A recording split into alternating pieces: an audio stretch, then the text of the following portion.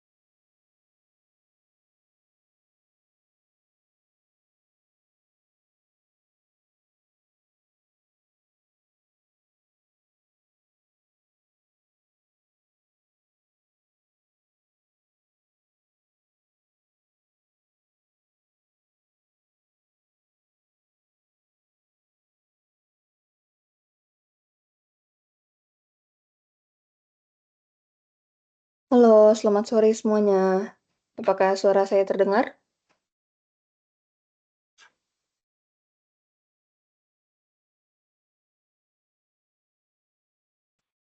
Kedengaran, Kak. Oke, thank you. Jadi, perkenalkan dulu, nama saya Anya. Kalian boleh panggil saya Kak Anya atau Ci Anya atau sebagainya. Kalau misal kalian anak 22 atau lebih tua dari angkatan 22, boleh panggil aku langsung nama aja, Anya. Nah, aku sedikit perkenalan diri dulu lah ya. Saya anak manajemen angkatan 22 dari TSM Bekasi. Dan hari ini saya yang akan menjadi pengajar kalian dalam mentoring manajemen keuangan.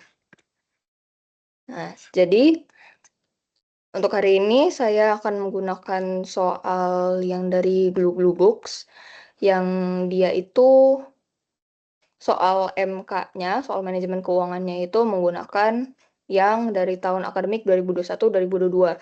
Yang lebih persisnya lagi, yang tanggal ujiannya itu Sabtu 16 April 2022.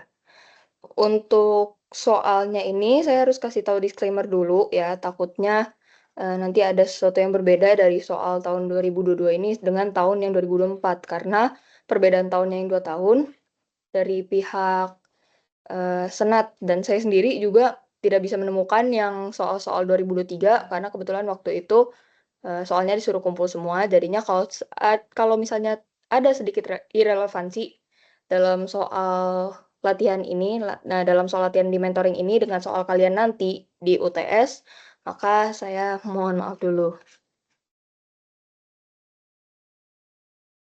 Jadi untuk mentoring kali ini kita akan mereview 3 soal. Lebih ke saya akan memberikan jawaban-jawaban terhadap 3 soal ini, terkait 3 soal ini. Yang pertama itu ada soal analisa rasio keuangan, yang bobotnya itu 10%. Yang kedua itu ada soal cash budget, yang bobotnya itu 15%. Dan yang ketiga itu ada pro forma statement, yang bobotnya itu adalah 15%. Nah, untuk bobotnya pun juga saya tidak bisa menjamin secara pasti di tahun ini seperti apa, karena ini PG-nya online. Dan nanti untuk MK akan ada PG juga, dari yang saya sudah dengar ada PG 20 kalau nggak salah. Untuk esainya antara ada 3 pilih 2 atau enggak ada 2 saja. Tapi nggak apa-apa, kita di sini bahas 3 esai. Untuk esainya di sini bobotnya 40. Kita mulai sekarang ya untuk materinya.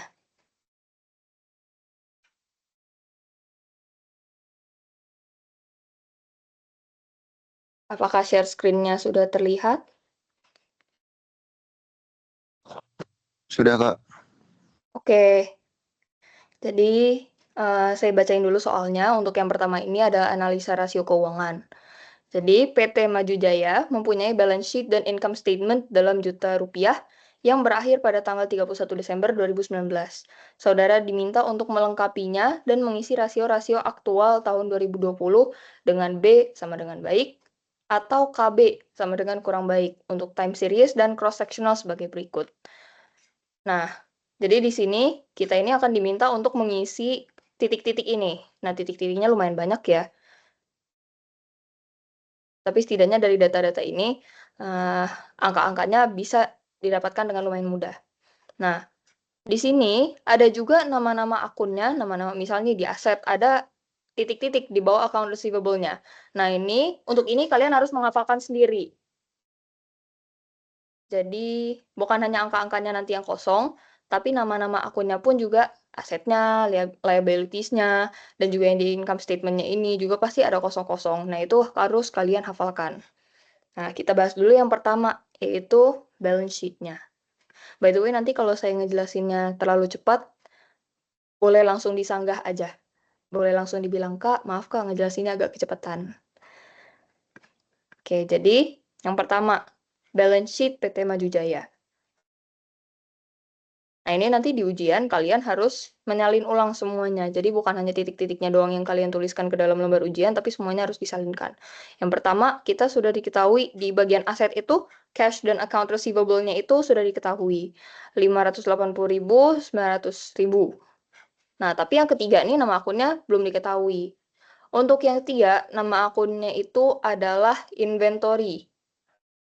Ya, jadi di bawah accounts receivable itu adalah inventory. Nah, inventory-nya sebesar 750.000. Untuk total current asset-nya yang di sini kosong titik-titik, itu adalah hasil penjumlahan dari 580.000, 900.000, dan 750.000. Jadi ini semua dijumlahkan hasilnya adalah 2.230.000. Ini semua dijumlahkan hasilnya sekian. Nah, lalu di bawahnya total current asset itu ada gross fixed asset yang seharga 2.160.000. Lalu di bawahnya ada titik-titik. Nah, titik-titik ini adalah accumulated depreciation. Karena nanti tujuannya dia itu si total aset dia perlu nambahin ini dan ini, sedangkan depreciation kan dia mengurangi aset ya. Jadi di sini harus dikurangkan terlebih dahulu. Nah, untuk di bagian ini di sini dituliskan accumulated depreciation, lalu untuk net fixed asset-nya karena nominalnya masih titik-titik-titik, maka dari yang gross fixed asset ini harus dikurangkan dengan accumulated depreciation yang senilai 530.000. Jadi, kalau 2.160.000 dikurangkan dengan 530.000, hasilnya atau net fixed assetnya adalah 1.630.000. Nah, maka dari sini kita bisa mencari total asetnya. Yang paling bawah ini adalah total aset. Dan di sini adalah nominal total asetnya. Sama dengan yang di samping. Yang di sampingnya itu adalah total liabilities and stockholders equity. Di sampingnya itu adalah nominalnya. Jadi di bagian paling bawah ini adalah total untuk semuanya. Masing-masing aset dan liabilities dan equity. Nah, untuk asetnya dulu, total asetnya tinggal dijumlahkan total current asset dengan net fixed assetnya. Yang di sini total current assetnya itu adalah 2.230.000 dan net fixed assetnya adalah 1.630.000. Hasil penjumlahannya adalah 3.860.000. Nah, lalu kita lanjut ke bagian yang liabilities and stockholders equity.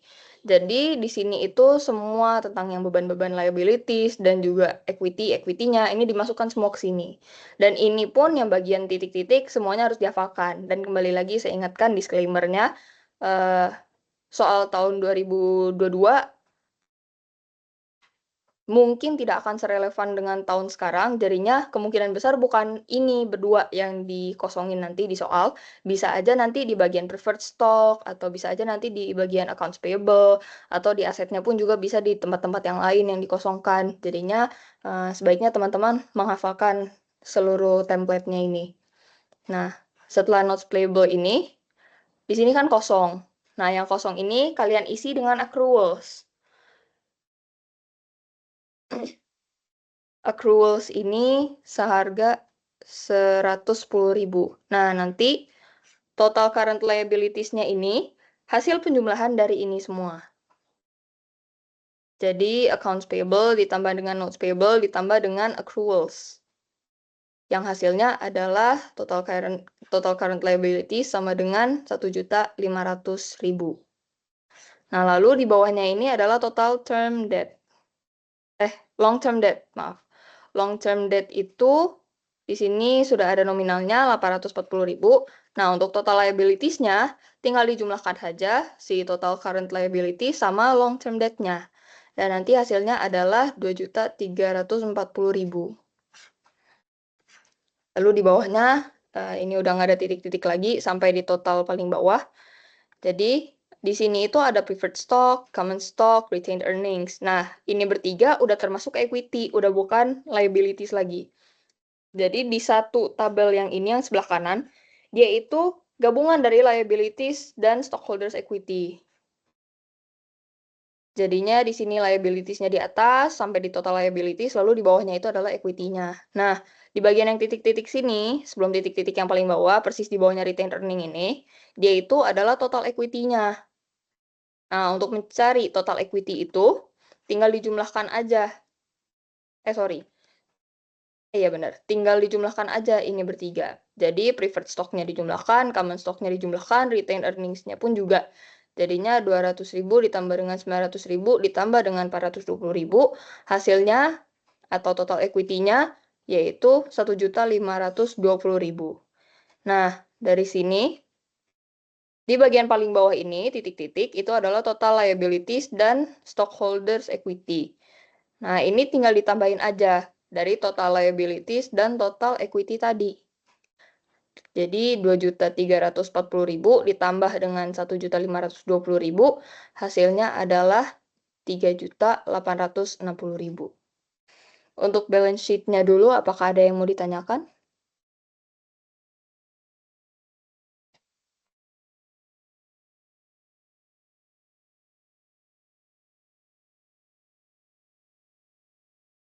Jelas, Kak. Oke, kalau jelas saya lanjut ke income statement-nya. Jadi di income statement ini juga sama. Dia nama-nama akunnya pun juga banyak yang titik-titik, banyak yang kosong, bukan hanya nominalnya.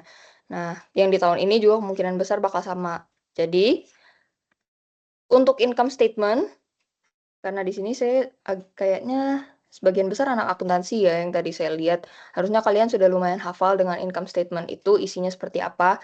Tapi in case kalian nggak hafal, saya kasih tahu lagi isi-isinya ini tuh apa. Jadi di sini udah ada sales revenue dan cost of goods sold, COGS ya.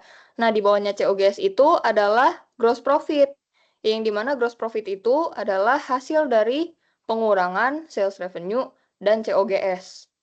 Nah, jadi 7.200.000 dikurang dengan 5 juta. Hasilnya adalah 2,2 juta di sini. Jadi gross profitnya itu adalah 2,2 juta.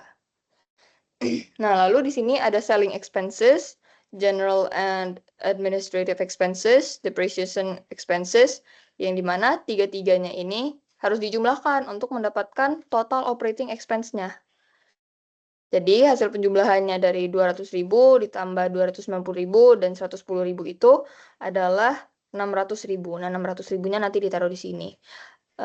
Kalau kalian mau ya, barisnya dipisah seperti ini. Jadi untuk expense yang detail-detail seperti ini ditaruh di sebelah kiri. Nah, sisanya untuk penjumlahan yang agak lebih besar-besar itu semuanya ditaruh di kanan. Nah, lalu di bawahnya total operating expense itu ada operating profits atau EBIT.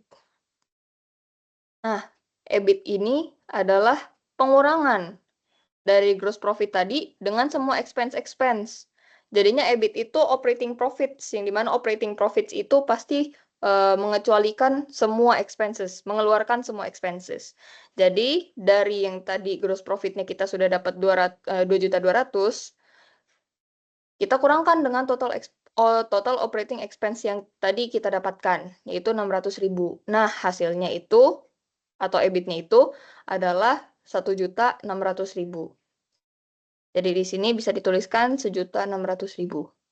Lalu di bawahnya interest expenses-nya itu sudah ketahuan 300.000. Nah, di bawahnya ini dia ada garis gitu di bawah kalau kalian tidak kelihatan.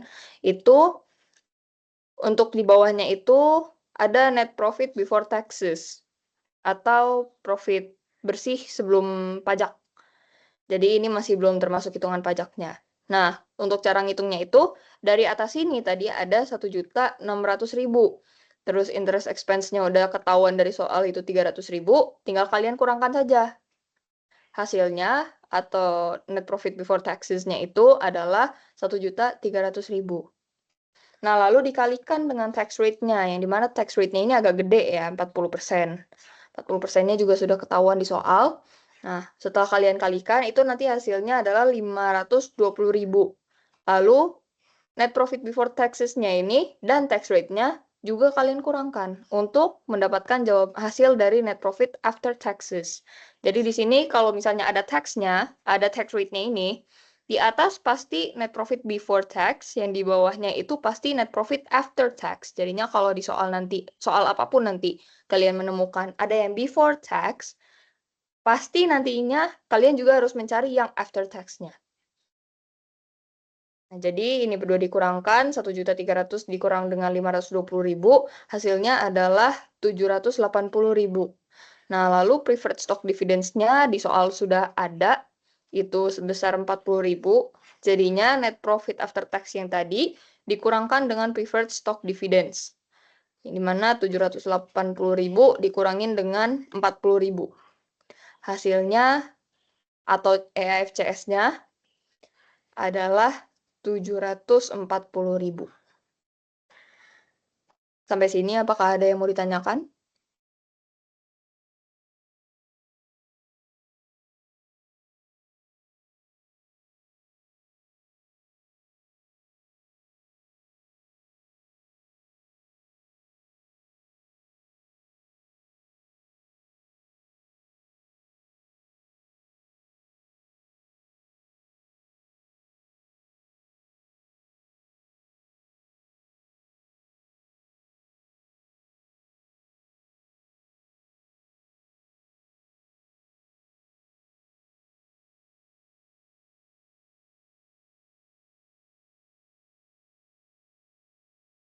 Kalau tidak ada yang mau ditanyakan, saya lanjutkan ke bagian terakhir di nomor 1, yaitu bagian rasio-rasionya. Nah, di sini sebenarnya kalian cukup menggunakan rumus-rumus yang dosen kalian sudah kasih, atau kalau misalnya dosen kalian tidak kasih, di buku, di e-book itu seharusnya ada. Kalau kalian nggak tahu juga mau pakai e-book yang mana, e-book yang digunakan itu adalah Principles of Finance, yang sampulnya itu apa ya? Biru-biru gitu. Bentuk jam kalau nggak salah. Nah, itu yang digunakan. Di dalam situ harusnya ada rumusnya. Nah, jadi di sini ada data-data yang udah diketahui. Nah, actual 2020-nya ini yang harus kita hitung. Actual 2020 ini biasanya dihitung dengan menggunakan data-data actual 2019 dengan average industry. Nah, jadi untuk jawaban-jawabannya ini saya kasih tahu aja langsung. Untuk current ratio-nya itu yang di actual 2020 adalah 1,49. Untuk inventory turnover-nya itu adalah 6,67. Untuk average collection period-nya itu adalah 45 atau 45 hari. Di sini kalau kalian mau tambahkan hari juga boleh. Atau kalau kalian mau tuliskan 45 saja juga boleh. Nah, lalu untuk debt ratio-nya itu adalah 60,62%. Time interest earned itu adalah 5,33. Gross profit margin itu adalah 30,56%. Net profit margin itu adalah 10,28%. ROA-nya 19,17%. ROE-nya 48,68%. Dan MBV-nya atau market book value-nya itu adalah 1,65. Nah, untuk time series-nya ini dibandingkan untuk time series ini dan cross-sectional ini dibandingkan antara semua data-data yang sudah ada, termasuk di data actual 2020 ini. Karena data 2020 adalah data acuan kita. Kita mau melihat apakah data actual 2020 ini baik atau kurang baik.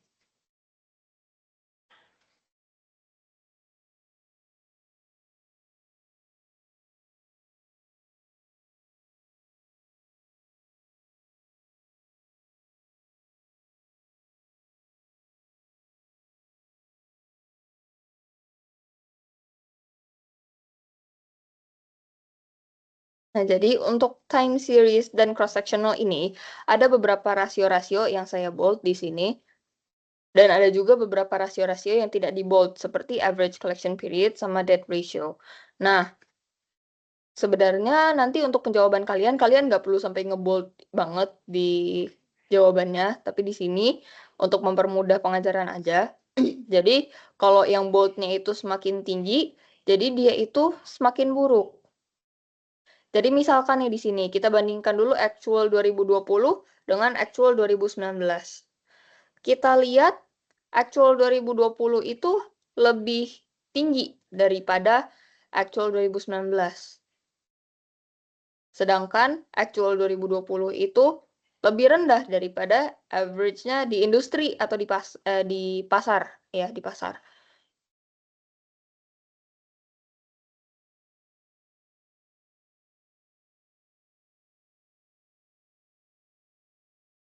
Jadi kalau mau dilihat dari time series-nya ini dari 2019 ke 2020, dia itu kan berarti meningkat.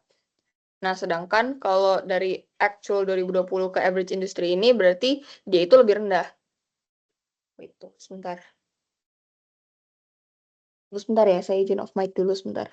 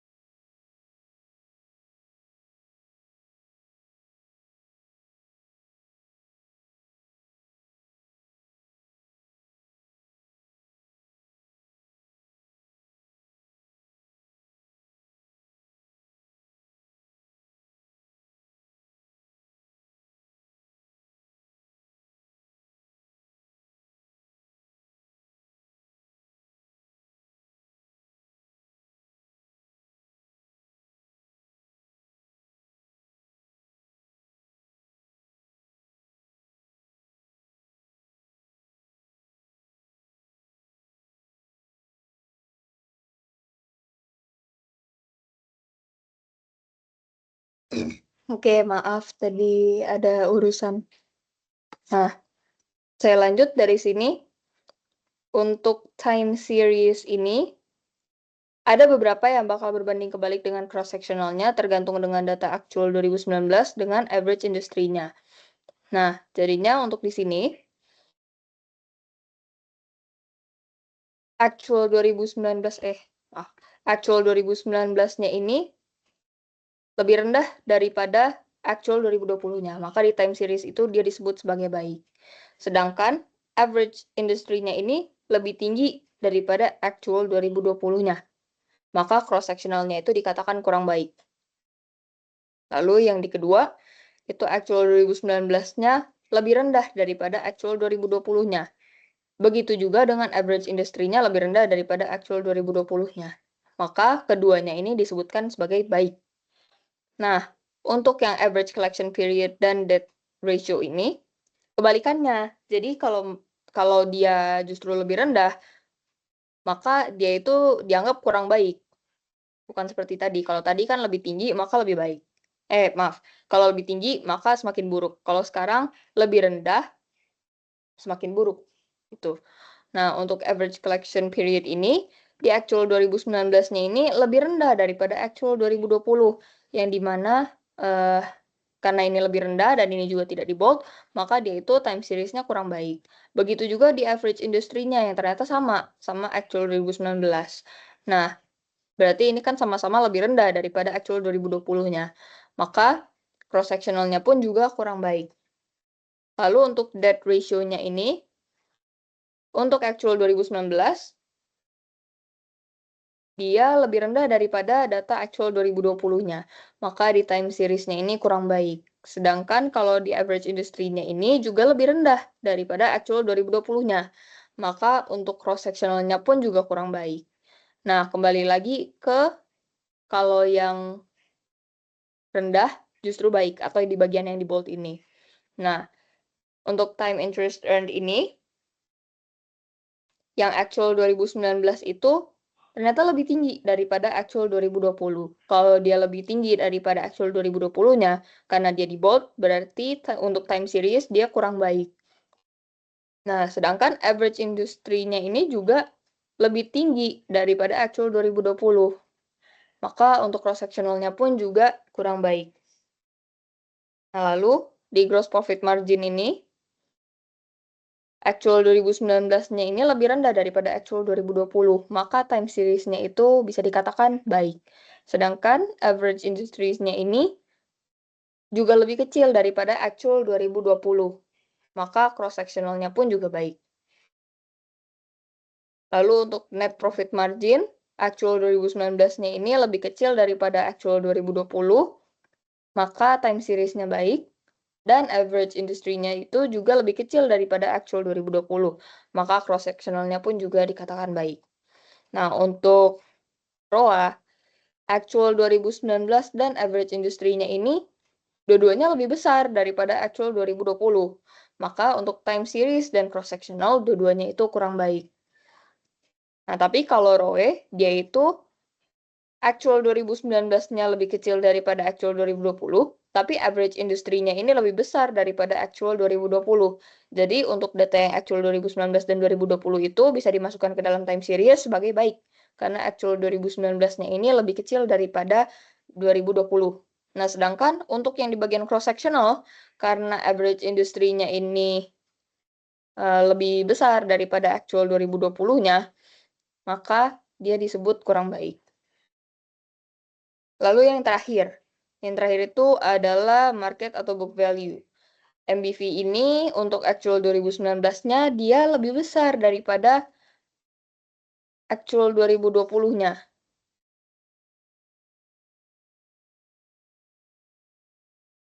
Maaf, balik. Jadi, time series-nya ini karena actual 2019 lebih besar daripada 2020, maka time series-nya adalah kurang baik. Sedangkan kalau average industry-nya ini 1,49 dibandingkan dengan actual 2020-nya 1,65, kan berarti average industrinya lebih kecil daripada actual 2020.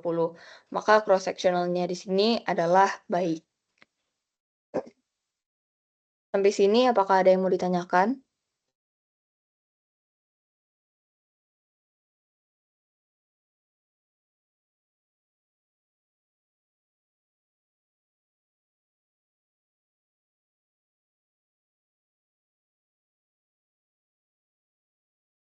Jelas, Kak. Oke, kalau begitu kita lanjut ke soal kedua.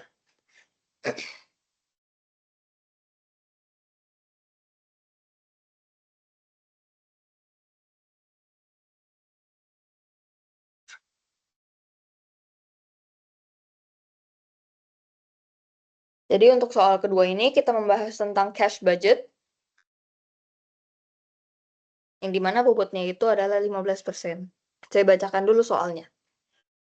PT Mawarosa meminta bantuan saudara untuk menyusun cash budget perusahaan secara bulanan selama 3 bulan, yaitu bulan Mei, bulan Juni, dan bulan Juli tahun 2022, dengan data sales forecast sebagai berikut. Untuk Maret dan April itu dia udah bersifat aktual, karena itu mengartikan mereka udah melewati bulan tersebut. Dan data-data yang mereka dapatkan itu emang sudah data yang berdasarkan dari sales yang mereka telah dapatkan selama 2 bulan tersebut. Jadinya 2 data itu disebut aktual.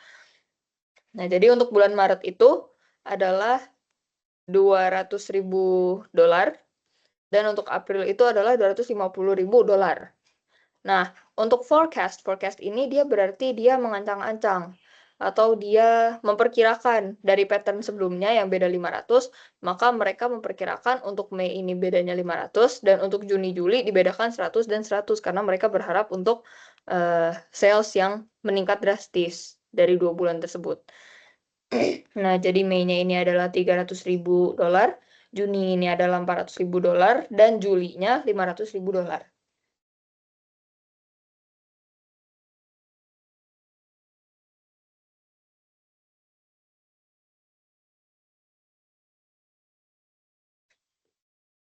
Nah, informasi lain yang relevan dalam penyusunan cash budget tersebut adalah sebagai berikut.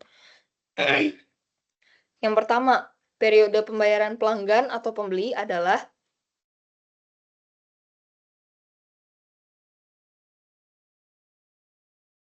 10% dari penjualan dibayarkan secara tunai pada bulan yang bersangkutan. 40% dari penjualan dibayar 1 bulan kemudian. Dan sisanya dibayarkan 2 bulan kemudian. Nah, sisanya ini mengartikan 100% dikurang dengan 10%, dikurang dengan 40%. Jadi, untuk yang sisanya ini adalah 50%. Terus nomor 2, perusahaan juga akan menerima dividen dari anak perusahaan pada bulan Juli 2022 sebesar $2.000. Pada bulan Juli ini, hanya bulan Juli. Nggak ada di bulan sebelum-sebelumnya dia membayarkan dividen.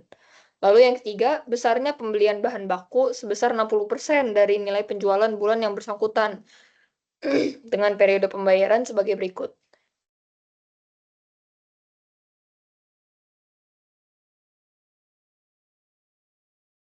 10% dibayar tunai pada bulan yang bersangkutan atau bulan pertama, 40% dibayar pada 1 bulan setelah bulan pembelian, dan sisanya dibayarkan pada 2 bulan setelah bulan pembelian. Nah, ini karena angka-angka di atasnya pun juga sama seperti nomor 1 tadi, maka untuk sisanya itu sama juga 50%. Nah, nanti kalau misalnya ada yang berbeda-beda angkanya, kalian tinggal hitung dengan cara 100 dikurangi dengan persentase yang sudah ada. Jadinya kalau nanti di sini misalnya adalah 20 dengan 40, berarti di sini adalah 100% dikurangin dengan 20% dikurangi dengan 40%. Nah, hasilnya nanti 40% juga. Sama berarti dengan yang sini. Tapi karena di sini ini 10 dan 40, jadi sekarang kita pakai 50% aja. Nah, lalu yang keempat, gaji dan upah setiap bulan dihitung sebesar 10% dari penjualan bulan sebelumnya. Yang dimana bulan Mei itu 10% dari bulan April, dan seterusnya. Komisi penjualan juga dihitung 3% dari penjualan bulan sebelumnya. Komisi bulan Mei itu 3% dari bulan April, dan seterusnya.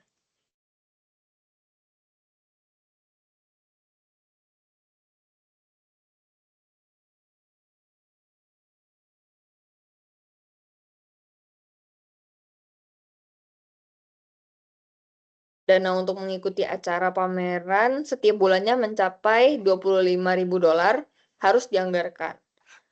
Lalu yang ketujuh itu pelunasan hutang pokok dan bunganya sebesar $50.000 dibayarkan pada bulan Juli 2022. Jadi ini hanya dibayarkan pada Juli.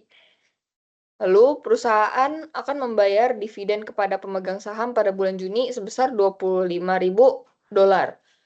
Yang kesembilan, apakah ada lagi? Yang kesembilan, perusahaan juga akan membayar pembelian mesin baru seharga $50.000 pada bulan Mei 2022. Nah, lalu informasi lainnya, yang pertama itu diperkirakan saldo kas awal bulan Mei sebesar $50.000. Kas minimum yang harus ada setiap bulannya sebesar $100.000. Nah, jadi dari sini kita diminta untuk menyusun cash budget bulanan selama 3 bulan, Mei, Juni, dan Juli. Jadi walaupun di sini dimintanya cuman bulan di Mei, Juni, dan Juli, kita ini untuk tabel pertama dan tabel keduanya harus tetap membuat yang Maret dan April. Jadi nggak bisa Mei, Juni, Juli aja. Nah, kecuali nanti di tabel ketiga, kalau kalian mau langsung ke Mei, Juni, dan Juli, itu diperbolehkan. Jadi untuk di nomor 2 ini, kita akan ada 3 tabel. Yang pertama itu adalah tabel Schedule of Projected Cash Receipt. Yang kedua itu adalah Schedule Cash Disbursement. Yang ketiga itu adalah tabel untuk melihat dia itu ada kelebihan kas atau enggak. Nah, jadi ini semuanya kalau angkanya kalian lihat nggak gede-gede amat, ini udah dalam bentuk $1.000. Jadinya di bagian belakang yang titik 000-nya itu udah nggak perlu ditulisin lagi. Nah, nanti untuk di ujian kalau misal kalian mau begini juga, dalam sekian, itu juga nggak apa-apa. Tapi minusnya adalah nanti kalian bakal pakai kebanyakan koma. Kalau misalkan angkanya itu nggak enak. Misalkan kayak gini, di itu ada 245,5, kan dia itu berarti 245.500. Kalau misalnya ada yang nyampe 250 di belakangnya, berarti dia itu harus 0,25. Nah, itu minusnya aja. Terserah kalian untuk nanti mau pakai yang mana, balik lagi ke kebijakan dosen masing-masing. Untuk tabel yang pertama, tabel Schedule of Projected Cash Receipt. Di sini itu untuk uraiannya ada sales forecast, ada penerimaan kas dari sales, yang dimana ini itu tadi ada keterangannya di sini, di informasi nomor 1.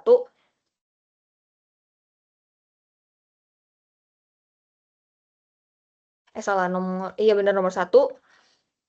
Yang dimana tadi dibilangnya 10% adalah diterima di bulan yang bersangkutan. Untuk di bulan yang bersangkutan itu adalah bulan saat ini gitu. Jadinya misalnya untuk sekarang bulan Maret, ya udah bulan Maret. Untuk sekarang bulan April, ya udah sekarang bulan April. Nah, lalu 40% diterima 1 bulan kemudian. Ini mulai adanya di bulan April. Jadi bulan Maret itu anggapan dia itu si bulan yang bersangkutan ini. Jadi dia nggak ada 40%-nya, dia nggak ada 50%-nya. Lalu dari April dia itu ada yang 40%, tapi dia kan baru bulan yang 1 bulan kemudian. Dia bukan 2 bulan kemudian. Jadinya dia untuk 40%-nya ada, 10%-nya ada, tapi 50%-nya nggak ada. Lalu yang ketiga, Mei.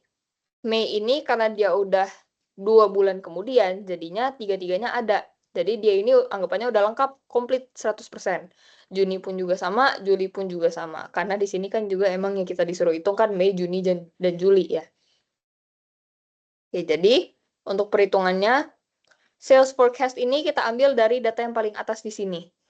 Yaitu tadi udah disebut 200, 250, 300, 400, dan 500. Nah, ini semua dimasukkan ke bagian sales forecast yang paling atas.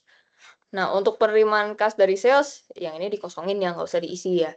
Karena nanti yang bakal diisi adalah ini bertiga. Ini bertiga adalah merupakan bagian dari penerimaan kas dari sales. Jadi untuk bulan Maret itu, dia di sini dituliskan 10% diterima di bulan yang bersangkutan. Jadi dia itu cuman ada 20%. Yang di bawahnya kosong, kosong, kosong, others kosong, dan total cash receipt-nya pun juga kosong. Untuk yang sudah actual, kalian tidak perlu tuliskan lagi total cash receipt-nya. Jadinya cukup dari yang ditanya di soal aja, itu aja yang dicari total cash receipt-nya. Lalu untuk April, yang 10%-nya itu dia adalah 25 atau 25.000, dan 40%-nya itu adalah 80.000.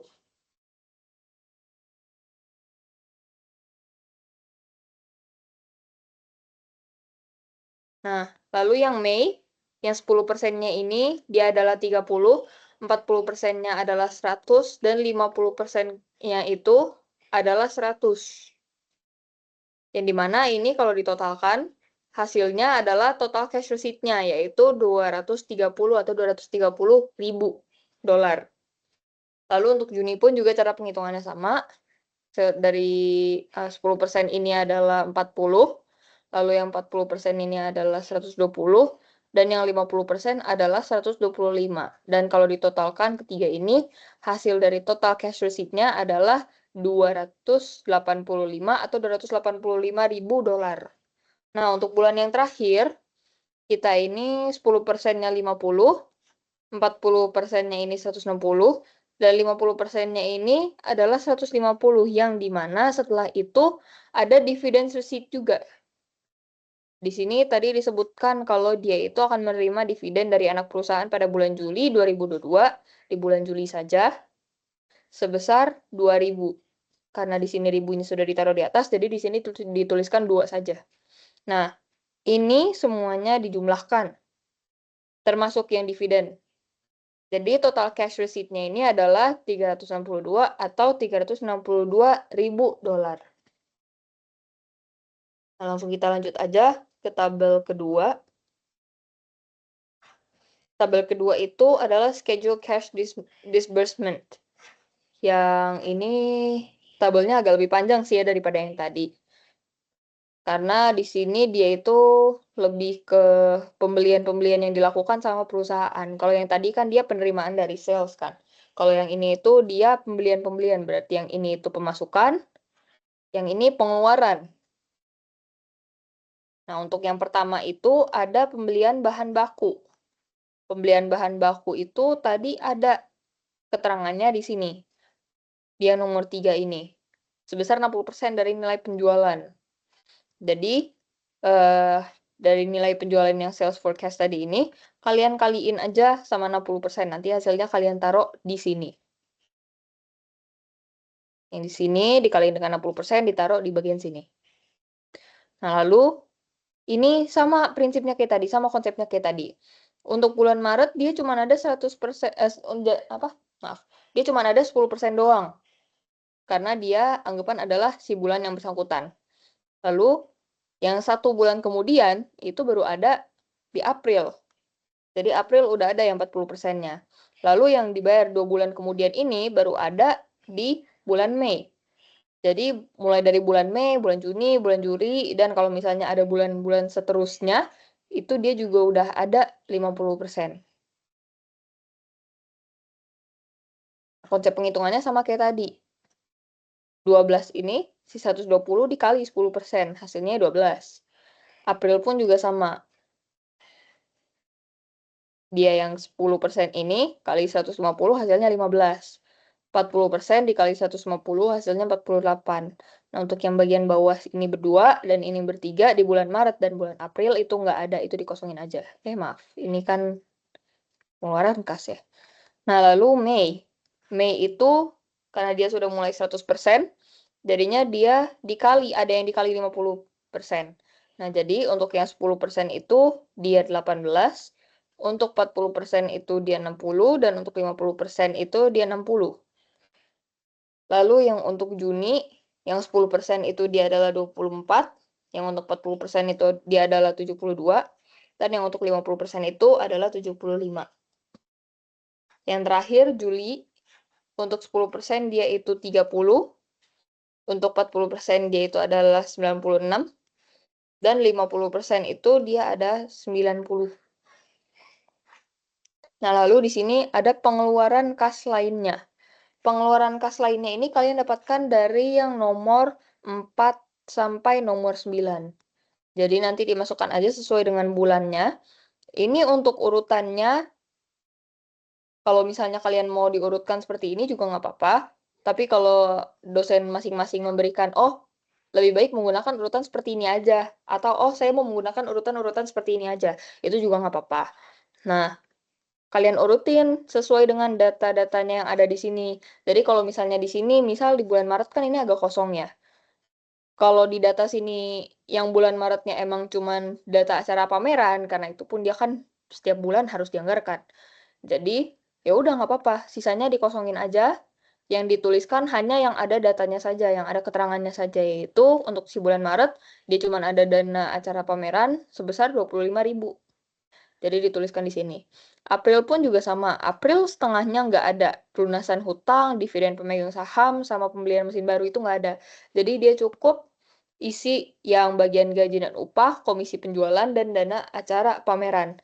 Nah, di sini dana acara pameran, karena tadi di soal disebutkannya setiap bulannya mencapai 25.000, maka untuk setiap bulannya di sini dituliskan sama besarnya, nggak berubah. Semuanya 25. Nah, lalu untuk bulan Mei, itu juga cuman ada 4 ya. Tapi karena tadi dari soal itu yang diminta itu cash budget selama bulan Mei, Juni, dan Juli, berarti di sini untuk totalnya sudah bisa mulai dihitung untuk Mei, Juni, dan Juli. Jadi, dari 4 data yang didapatkan ini, dijumlahkan semuanya. Semuanya dari atas itu dijumlahkan. Nah, nanti hasilnya itu adalah total disbursement-nya ini. Pembelian bahan baku pun juga termasuk dalam penjumlahan. Lalu, bulan Juni pun juga sama, tapi di sini dia nggak ada membeli mesin baru, dia itu adanya membagikan dividen kepada pemegang saham pada bulan Juni sebesar 25.000.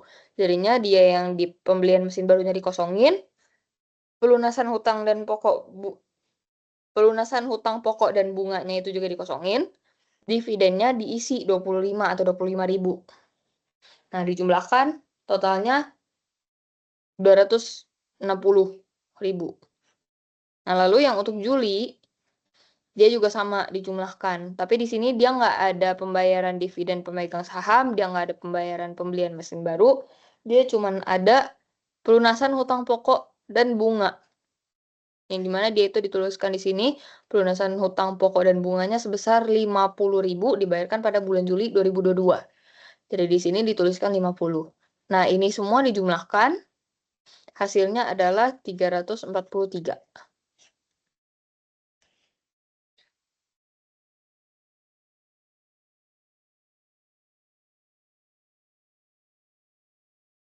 Nah, untuk yang tabel ketiganya,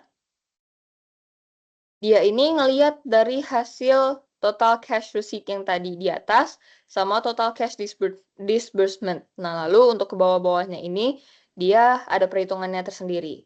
Jadi yang untuk pertama, kita masukkan dulu total cash receipt yang tadi kita udah temukan di atas, yang 230, 285, dan 362 ke sini. Hanya untuk data Mei, Juni, dan Juli. Jadi sebenarnya cash budget yang diminta sama dosen, jawaban yang diminta itu sebenarnya ini. Karena di sini sudah merupakan hasil akhirnya, tapi ini juga nggak kalah penting, dua tabel ini. Karena dua tabel ini yang benar-benar menunjukkan dua main data, yaitu total cash receipt sama total cash disbursement. Nah, lalu total cash disbursement-nya ini didapat dari tabel yang kedua, hasil akhir tabel kedua. Balik lagi, cuman Mei, Juni, dan Juli. Di bulan Maret dan April itu nggak ada. Jadinya dimasukin 245,5, 260, sama 343. Nah, untuk net cash flow-nya ini adalah pengurangan dari total cash receipt sama total cash disbursement. Jadi, untuk yang pertama ini hasilnya minus. Nah, jadi nanti kalau kalian bingung gitu, kenapa sih ada yang hasilnya minus gitu, itu wajar. Karena kan ini hasil pengurangan. Bisa aja total cash disbursement-nya untuk 1 bulan atau mungkin untuk semua bulan ya, kita kan nggak tahu nanti soalnya bakal gimana. Itu ternyata total cash disbursement-nya lebih gede daripada total cash receipt-nya. Ya udah nggak apa-apa, minus aja. Itu wajar, minus itu wajar. Dia berarti dia terlalu banyak menggunakan menghambur-hamburkan uangnya dibandingkan dengan sales yang dia dapatkan masuk atau uang masuknya dia. Nah, terus setelah ini semua dikurangkan, nanti hasilnya itu untuk yang bulan Mei dia itu rugi. 15,5 atau 15.500. Nah, yang untuk bulan Juni ini, ya masih ada sisa lah. Masih ada net cash flow-nya, itu sebesar 25 atau 25.000. Nah, untuk bulan Julinya, ini dia juga masih ada sisa positif sebesar 19.000. Nah, saldo awal bulan ini, tadi disebutkan di sini. Saldo kas awal bulan Mei 2022 itu sebesar 50. Nah, lalu untuk akhir bulannya ini 120. Nah, untuk akhir bulan, misal akhir bulan pertama, akhir bulan Mei ini pasti selalu dilanjutkan ke awal bulan selanjutnya. Jadi kalian nggak perlu menghitung lagi, kalian nggak perlu mencari lagi untuk si 120 ini didapatkan dari mana. Apa yang ada di data saldo akhir bulan Mei, kalian taruh aja langsung di saldo awal bulan Juni. Kecuali kalau ada soalnya tersendiri yang dimana dia bilang untuk saldo awal dan saldo akhir itu beda-beda semua, itu lain cerita. Nah, lalu untuk saldo akhir bulan Juni itu 145. Untuk bulan Julinya, dari saldo akhir bulan Juni dipindahkan saja ke awal bulan Juli. Itu 145. Dan untuk saldo akhir bulan Juli itu adalah 164. Nah, jadi kas minimumnya ini yang kita harus ada, ini semuanya dinegatifin ya. Kas minimum yang harus ada itu adalah sebesar 100.000. 100.000 dolar.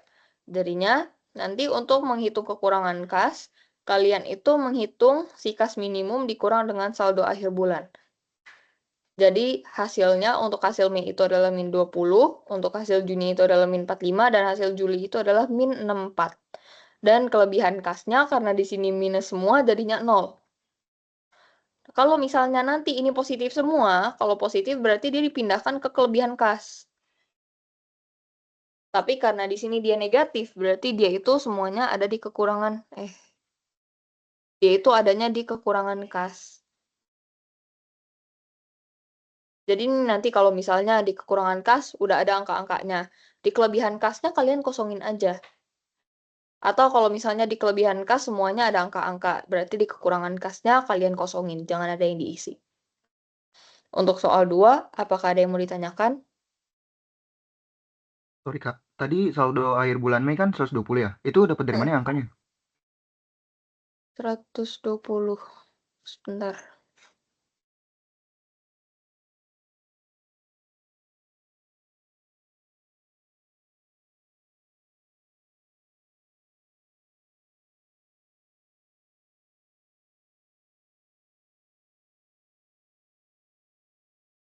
Sebentar ya, saya cari dulu coret-coretan yang tadi ya. Wait. Oke Kak.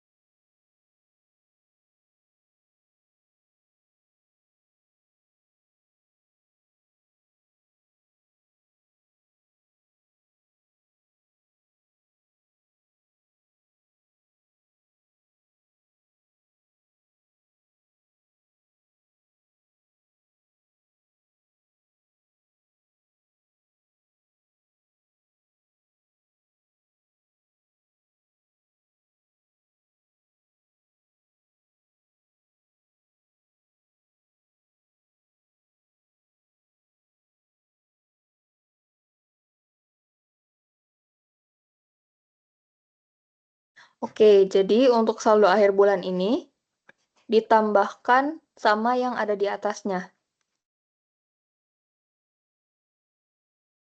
Bentar, kalau yang dari 120 ini kan kayaknya agak irrelevan ya. Jadinya aku berikan contoh yang dari 120 sama 145 aja.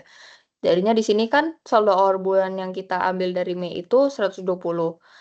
Nah, sedangkan yang di atas ini net cash flow-nya itu adalah 25. Jadinya seberapapun seberapa net cash flow-nya ini harusnya dijumlahkan kepada saldo awal bulan. Nah, itu yang bisa disebut saldo akhir bulan. Karena saldo akhir bulan itu adalah akumulasi dari saldo awal kas yang ditambahkan dengan total penerimaan. Nah, total penerimaannya ini udah termasuk total penerimaan bersih. Jadi bukan kotor lagi. Kalau kotor kan dia masih belum termasuk pengurangan pembayaran ya atau pengurangan yang di disbursement tadi. Tapi jujur untuk yang pertama ini aku juga agak bingung karena dari kunci jawabannya dia begitu. Oh, Tapi untuk yang Juni dan Juli ini dia relevan karena yang 145 setelah dipindahkan ke sini kan tadi 120 ditambah 25 hasilnya 145 benar kan? iya Kak. Nah, 145 ini kan dipindahin ke yang Juli. Untuk Yes. Juli ini dia 145 ditambahin sama 19, hasilnya benar 164. Oke Kak. Soalnya Kayak gitu. kalau saldo akhir bulan Mei itu nggak ada, itu saldo awal bulan Juni itu bakal kita harus cari dulu kan. Karena Iya, konsepnya itu kan akhir bulan Mei, awal bulan Juni, akhir bulan Juni, awal bulan Juli. Kayak gitu iya kan. betul. Nah, Iya, baru ditambah. Nah, makanya kalau kita nggak tahu saldo akhir bulan ini dari mana, yang di Mei berarti nanti takutnya ke Juni Julinya nggak bisa juga kan. iya benar. Ya, karena ini juga sebenarnya ini kan kita dapat soal dari agak ada kunci jawabannya gitu ya kan. Nanti aku coba cariin soal yang agak lebih relevan lagi, aku kirimin aja ke folder Teams-nya mentoring ini. Jadi untuk sekarang mau nggak mau kita pakai yang ini dulu. Nanti kalau ada soal yang mirip-mirip kayak gini dan kalau aku lihat penghitungannya pun juga benar, aku kirimin ke Teams. Jadinya kalian bisa belajar dari situ. Oke Kak, baik Kak. Terima kasih Kak. Oke, makasih ya pertanyaannya. Kalau nggak ditanyain aku nggak bakal nggak ini kunci jawabannya salah, sumpah. Jadi gitu ya. Oke, apakah ada lagi yang mau ditanyakan di tabel ketiga, di soal kedua? Selain yang Mei tadi yang agak aneh.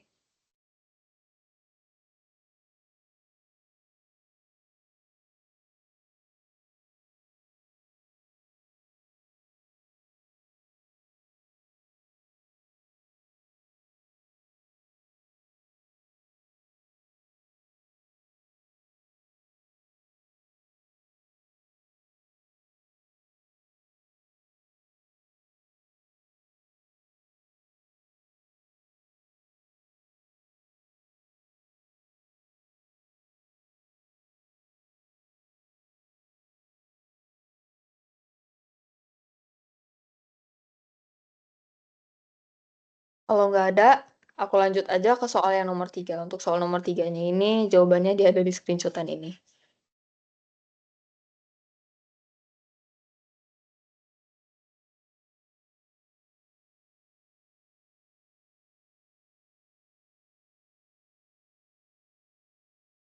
Oke, jadi yang nomor 3 ini kita ada soal pro forma statement. Yang dimana bobotnya juga lumayan gede ya, 15%. Jadi soalnya itu aku bacain dulu. Straightforward Corporation sedang memproyeksikan mengenai income statement dan balance sheet perusahaan pada tahun 2022. Adapun laporan keuangan perusahaan pada tahun 2021 adalah sebagai berikut.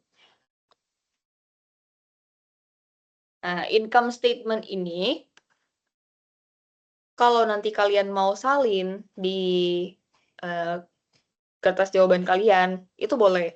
Tapi nggak diperlukan juga, karena ini nggak ada titik-titiknya juga sih. Kecuali kalau misal di sini kalian ada titik-titiknya, di tahun kalian ini ada titik-titiknya, maka kalian harus tuliskan ulang. Nah, cara untuk nyari income statement ini juga sama, hampir-hampir sama kayak yang tadi di atas. Sales revenue dikurang dengan COGS sama dengan gross profit. Gross profit dikurang dengan operating expense sama dengan operating profit. Operating profit dikurangin sama interest expense sama dengan net profit before taxes. Taxes 20% dikali dulu net profit before taxes, habis itu dikurangin, hasilnya adalah net profit after taxes. Lalu cash dividendnya ini udah dari soal. Net profit after taxes-nya dikurang dengan cash dividend sama dengan total retained earnings. Itu cara ngitungnya. Kalau misalnya nanti ada yang dititik-titikin. Nah, lalu balance sheet-nya seperti ini. Dia juga angkanya udah ada semua, jadi kalian nggak perlu cari. Tapi in case ada angka-angka yang nggak ada gitu. Nah, ini marketable securities kan tadi nggak ada ya di atas ya. Nggak ada tuh. Nah, marketable securities ini juga termasuk di bagian aset.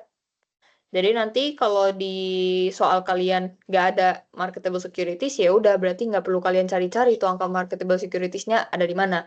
Tapi kalau ternyata ada, atau misalnya di bawah cash ada titik-titik-titik, tapi ada juga accounts receivable setelah itu. Jadinya kalian cukup isi pakai si marketable securities ini.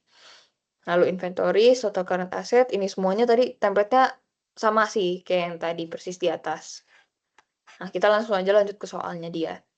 Jadi, dia ini ada beberapa informasi-informasi yang dibutuhkan untuk menyusun pro forma tahun 2022.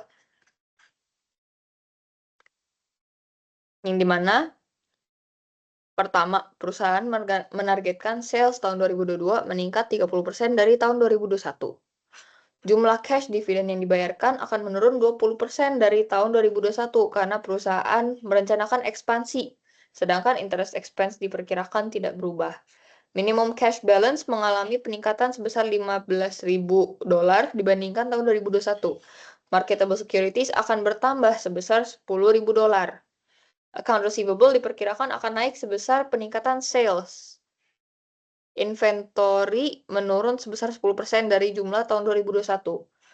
Perusahaan akan membeli kendaraan operasional seharga $60.000.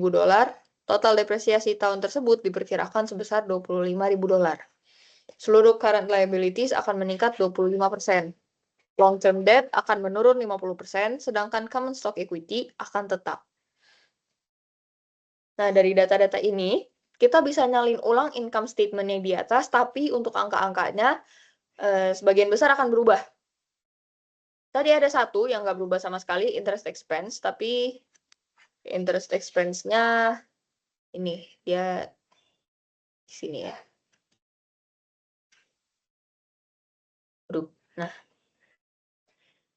Nah, untuk pro forma income statement, itu kita template-nya sama persis yang di bagian sebelah kirinya. Jadi kita mulai dari sales revenue, yang dimana tadi itu dia bilangnya sales revenue meningkat 30% dari tahun 2021. Berarti dari 1,5 juta yang di atas, kita kaliin 100% ditambah dengan 30%. Kenapa harus ditambah 100% dulu? Karena dia itu meningkat. Kalau menurun 30% dari tahun 2021, berarti dia itu 100% dikurangin dengan 30%. Karena ini meningkat, jadi kita tambah. Jadi di sini itu dia 1,5 juta dikali 130%. Hasilnya itu adalah 1,950 juta. Lalu yang kedua itu COGS. COGS ini di sini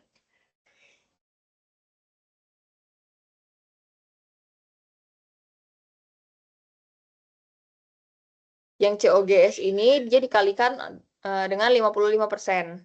Yang dimana tadi itu dari sales revenue kita ambil. Sales revenue itu 1,95 juta dikalikan dengan 55%, hasilnya itu adalah 1,072500. 1.072.500. Nah, lalu kedua ini dikurangkan, hasilnya adalah gross profit, yang dimana gross profitnya itu adalah 877.500.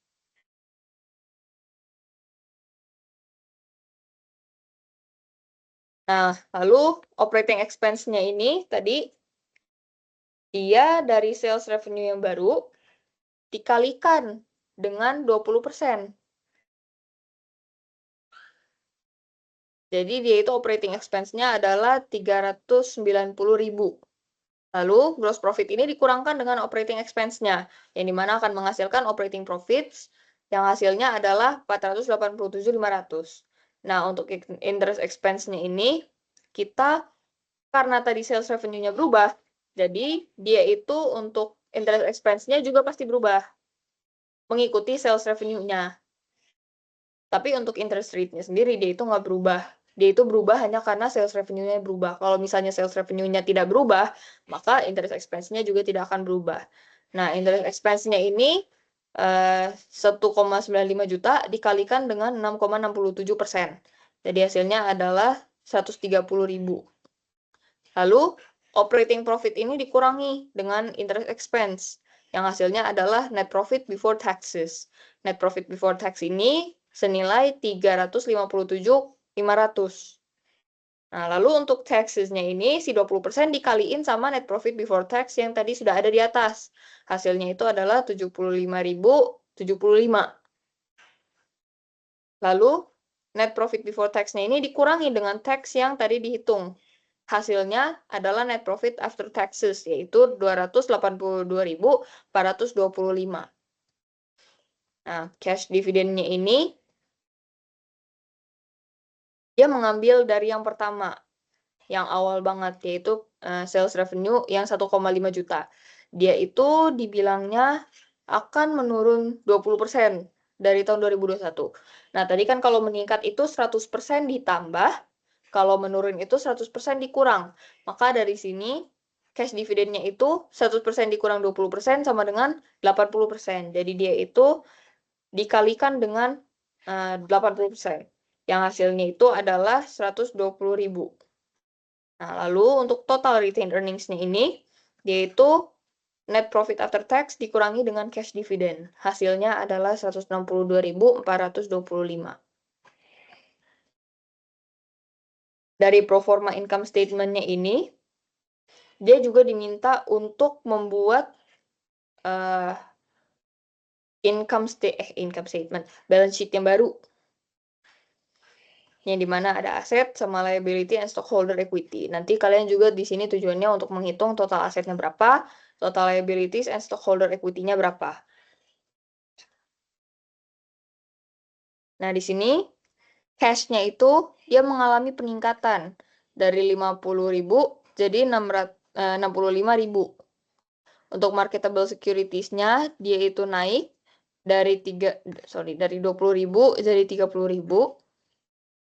Untuk account receivable-nya itu dia naik juga dari 150.000 menjadi 195.000. Untuk inventories-nya dia berkurang